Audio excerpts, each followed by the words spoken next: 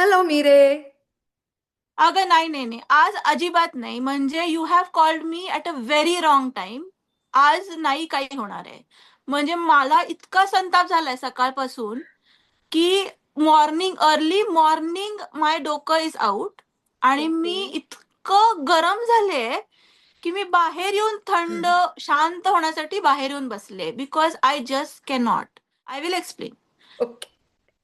इथे कम्युनिटीमध्ये, युएस मध्ये, इंडियामध्ये आहे की नाही माहित नाही, नसेल तर very good, you are very lucky. पण युएस मध्ये एचओए नावाचा एक अतिशय युसलेस असोसिएशन असतं होम ओनर्सचं. त्यांनी मला लव्ह लेटर पाठवलंय की जो ड्रायवे असतो जिथून गाडी वर खाली जाते घरामध्ये, आता टेम्परेचर 30, म्हणजे सेल्सिअस मध्ये सांगायचं तर 0 डिग्री साधारण टेम्परेचर आहे. त्यात त्यांनी मला सांगितलं की ड्रायवे पॉवर वॉश करा या थंडीत. म्हणजे बर्फानी करू का आता मी power wash? I just cannot. म्हणजे आय कॅनॉट. आय अंडरस्टँड, पण काय करायचंय आपल्याला? श्वास घ्यायचा आहे दीर्घ आणि सोडायचा आहे शांतपणे. ओके. अजून एक टेक्निक आता मी तुला सांगणार आहे, कारण आपल्याला जे आपल्या कंट्रोलच्या बाहेरचे राग येतात ना, जे की मला वाटतं 100 पैकी 90 वेळा तसेच असतात, कारण आपण त्याला काहीच करू शकत नाही चिडण्यापलीकडे. तर हे बघ, हो ओपोनोपोनो नावाची एक हवाईयन मेडिटेशन्सची पद्धत आहे. तर त्याचा तुला इथे उपयोग होऊ शकतो. म्हणजे हे मी सांगते लाइटर नोटवर, पण हे अगदी डीप रूटेड कॉजेससाठी सुद्धा वापरलं जातं. ते विविध ब्लॉकेजेस किंवा तुंबलेल्या गोष्टी असतात आपल्या मनामध्ये, ज्या मनाचा आपण केरच काढलेला नसतो वर्षानुवर्ष. तर त्याच्यासाठी म्हणून हे टेक्निक वापरतात. तर हे एकदम सोपं आहे. म्हणजे झोपायच्या आधी the last thing you do is this prayer, right? तर इंग्लिशमध्ये, मराठीमध्ये तुम्हाला तुमच्या कुठल्याही भाषेमध्ये तुम्ही ती करू शकता. तर यू बेसिकली से की I am sorry for whatever I may have done, right? कोणाला हर्ट केलंय किंवा काय. आणि स्वतःला सुद्धा बरेचदा आपण स्वतःला काकडीसारखे चोचवत बसलेले असतो की इकडे असं करू, बरं मग राहू दे, मग राहू दे, असं करतच असतो ना. तर I am sorry, please forgive me, we are seeking for forgiveness, आणि thank you and I love you. अशी चारच छोटी वाक्य आहेत. पहिल्यांदा मी माझ्या स्वभावानुसार त्याची यथेच्छ टिंगल केली. काय पण really I love you, I forgive you, असं सगळं मॉक वगैरे पण करून जा, म्हणजे असं सगळं मी ते केलं त्या पॅटर्न मध्ये आपण जे करतो तसं. पण ना तेव्हा मी एका वल्नरेबल स्पॉटला होते माझ्या, तर मी म्हणलं की नुकसान तर काहीच होणार नाही ना माझं, करून बघूयात. तर मी करायला लागले. ते सुरुवातीला मला एवढं काय म्हणजे असं वाटलं की दीज आर जस्ट 4 सेंटेन्सेस. मी ते रोज करत गेल्यावर दररोज मला वेगळ्या वेगळ्या घटना, अर्थात ब्लास्ट फ्रॉम द पास्टच असतो युजली, त्या आठवत गेल्या, त्याचा त्रास होत गेला, किंवा मग त्याच्यावर थोडा विचार केला गेला, मग पुढचे त्या प्रेयरचा पुढचा भागच राहून गेला, दोन मध्येच अडकून राहिले मी. असं सगळं होत गेलं. पण आता अशी स्टेज आलेली आहे की माझ्याकडे काही नाहीये अजून, काय म्हणतो ग आपण, तुंबलेलं काही नाहीये. तर तू पण हे ट्राय करू शकतेस. म्हणजे हा एक तू आता मला घटना सांगितलीस जी अगदीच म्हणजे कळलं ना, एचओएची म्हणजे ठीकच आहे, अशी अगदी तुला आत रुतला नाहीये बाण, पण नाही, ते रुतलेले बाण पण एचओ निघतात. एचओए ला फॉरगिव्ह मला तरी जमेल असं वाटत नाही. पण मी प्रयत्न करून बघेन आज रात्री. काय जमतंय, कसं जमतंय ते बघूया. आतमध्ये रुतलेले वेळ लागेल. म्हणजे तुला कसं हेल्प झाली याची? अगं, म्हणजे आता तुला उदाहरण देऊन सांगू का की माझी एक अतिशय जवळची मैत्रीण आहे. अगदी म्हणजे आम्ही एकत्र वाढलो, आणि तिचं लग्न लवकर झालं आणि माझं मध्ये बराच काळ होता, आणि मी मग दुसरीकडे गेले काम करायला, आणि असं तर म्हणजे मग मी एकटी होते जास्त. आणि मग आमचा संपर्क कमी झाला. पण आम्ही जेव्हा मैत्रिणी होतो तेव्हा इतक्या होतो की म्हणजे आम्ही अशा आमच्या गल्लीमध्ये प्रसिद्ध होतो की या दोन मुली आहेत, त्यांच्या खिशामध्ये दाणे असतात आणि त्या दाण्याच्या बकाण्यावरच बालगंधर्वला टाइमपास करत हिंडत असतात, अशी आमची कीर्ती होती. तर अचानक म्हणजे तेव्हा आपण ती पण तिचं लग्न झालेलं होतं नवीन, त्यामुळे ती पण अडजस्टमेंट च्या स्टेजमध्ये असेल. असं करता करता आमचा कॉन्टॅक्ट कमी झाला.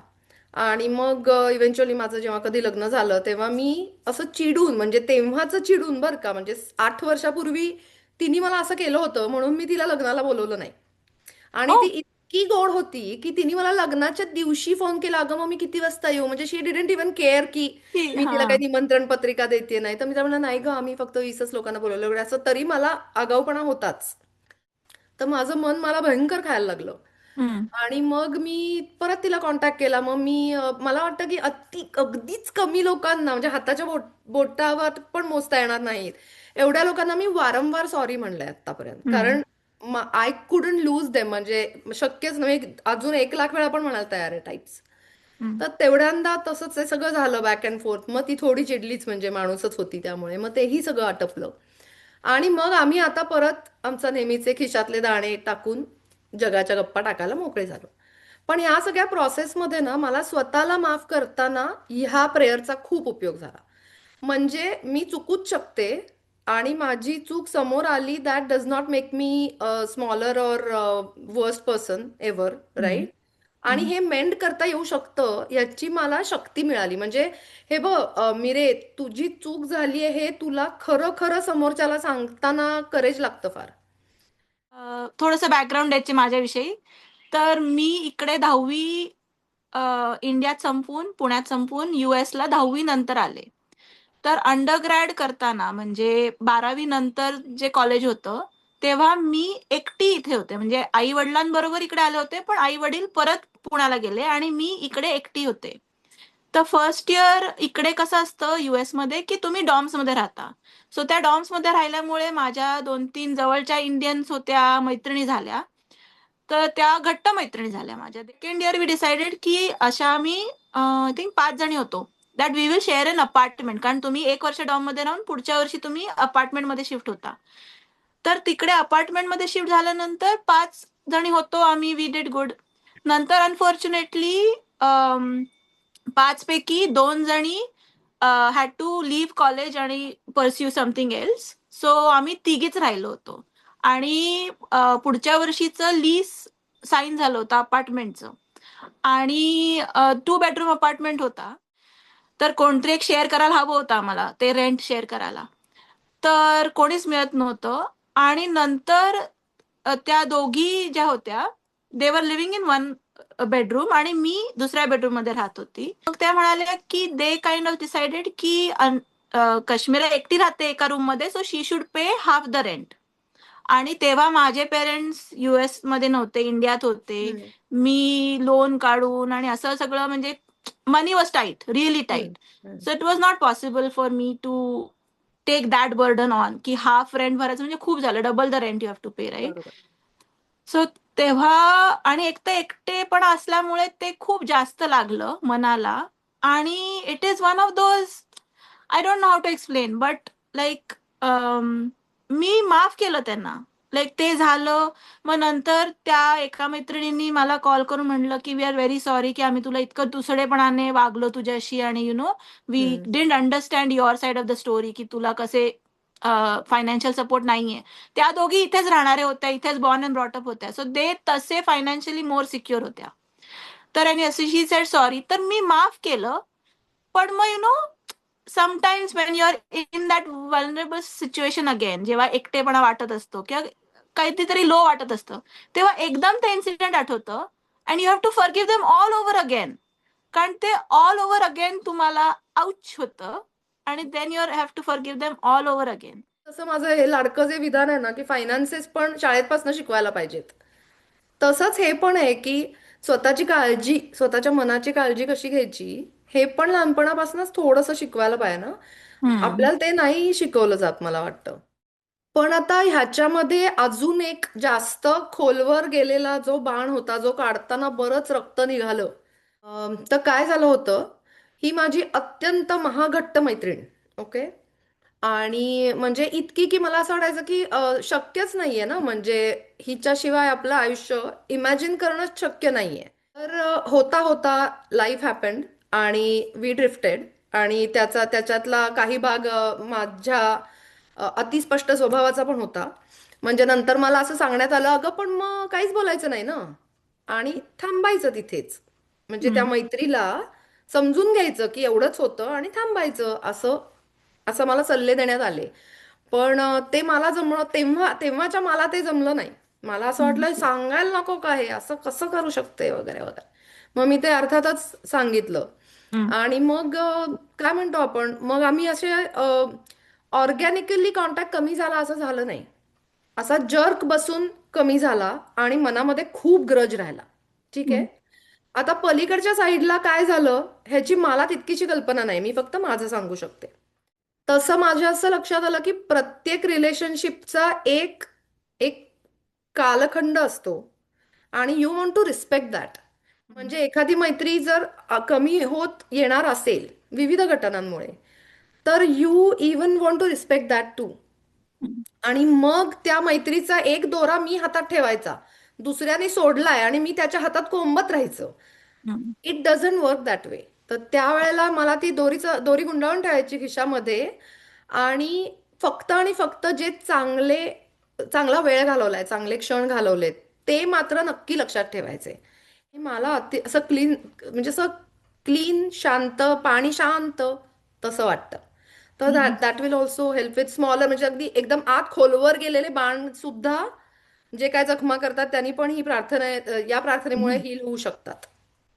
आय थिंक डीप रूटेड म्हणायचं तर maybe this is relatable to others as वेल.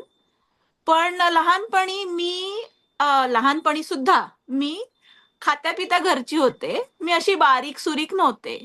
आता I can joke about it because I accepted आणि काइंड ऑफ मूव्ड ऑन. पण तेव्हा लहानपणी तुम्ही टीनेज इयर्स मध्ये थोडेसे वनरेबल असता. तर तेव्हा इन्सिडेंट असा झाला होता which I can laugh about now. पण तेव्हा अपेरेंटली आता 30 इयर्स नंतर पण मला लक्षात आहे. म्हणजे it is one of those like poked really hard, right? हो, हो. तर तुळशीबागेत मी शॉपिंग करत होते आणि कपडे इंडियन पंजाबी ड्रेस घेत होतो. तर मला एक आवडला असा, तो असतो ना असं बाहेर असतात ते छान दिसतात कधी कधी. हम्म. तर मी त्याला विचारलं की हा छान आहे मला, आई हा मला घ्यायचा आहे, राईट? तर तो आला दुकानदार बाहेर आणि विचारायला लागला की कुठला हवाय वगैरे. तर मी म्हटलं की हा हवाय. कोणासाठी हवाय? म्हटलं माझ्यासाठी हवाय. तर तो म्हणाला नाही होत आई, तुमच्या साईजचे नाहीयेत आमच्याकडे. आणि that was hurtful that time. Obviously आता तो दुकानदार, त्याला काय माफ करायचं आणि तो कुठला इट. पण स्वतःलाच ते एक राहतं, राईट? आणि मग ओव्हर द इयर्स अजून इन्सिडेंट झाले ऑब्व्हियसली, आणि ओव्हर द इयर्स कॉन्फिडन्स कमी झाला स्वतःवरती. As a girl in teenage years when you are told repeatedly, थोडासा बरोबर. कॉन्फिडन्स कमी होतो आणि यू डोंट गो आउट आणि ओपन अप ॲज मच. ह्याच्यामध्ये ना मिरे, म्हणजे याच्यामध्ये तू स्वतःची माफी मागायचीच बहुतेक, कारण तू स्वतःलाच एवढा त्रास दिला असणार आहेस हे न कळता. म्हणजे काय मुद्दाम असं आपणही स्वतःला चोचवत बसतो असं नाही, पण न कळता. म्हणजे त्या दुकानदाराचं सोड, त्याचं काय ठीकच आहे. पण तुला म्हणजे या प्रेयरचा असा उपयोग होऊ शकतो की तू स्वतःलाच जे काय हर्ट केलंस ते हळूहळू काम डाऊन व्हायला मदत होते.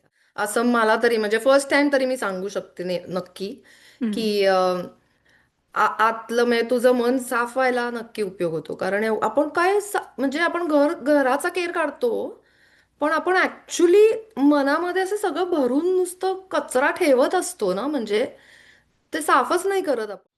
हे सगळं असं खूप रुतलेल्या बाणांबद्दल झालं. पण आत्ता एवढ्यामध्ये मी आत्ता जेव्हा भारतात गेले होते ना, तेव्हा एक इतका कमाल फनी इन्सिडेंट झाला, जेव्हा मी असं on the lighter note ho'oponopono try केलं आणि आय वॉज लाईक कसलं जमलंय हे असं. अगं, आम्ही एका कार्यक्रमामध्ये होतो आणि आम्ही यावेळेला 2च आठवडे गेलो होतो. ठीक आहे. तर एक जण आहेत, ओळखीची आहे म्हणजे एक जण, तर ती अशी आली आणि ती मला म्हणाली की मग तुम्ही सगळे या आमच्याकडे वगैरे. तर मी तिला असं प्रेमाने सांगितलं की नाही गं, मला यावेळेला नाही जमणार आहे यायला, तर तू पराग आणि राघवला विचार आणि मग तुम्ही ठरवा आणि भेटा. तर तिला राग आला अगं आणि तिने माझा, इट वॉज व्हेरी फनी, तिने माझ्यासमोरच मला मॉक केलं अगं. म्हणजे मी तिला असं समजा म्हणाले असेन की नाही गं, मला यावेळेला नाही जमणार यायला, पण तुम्ही भेटा वगैरे. हो का, नाही का जमणार तुला यायला, बरं, असं तिने मलाच केलं अगं माझ्या समोर. मी रे, I was like seriously, oh my God. पण मला तिचा एक अर्धा क्षण खूपच म्हणजे व्हॉट असं झालं.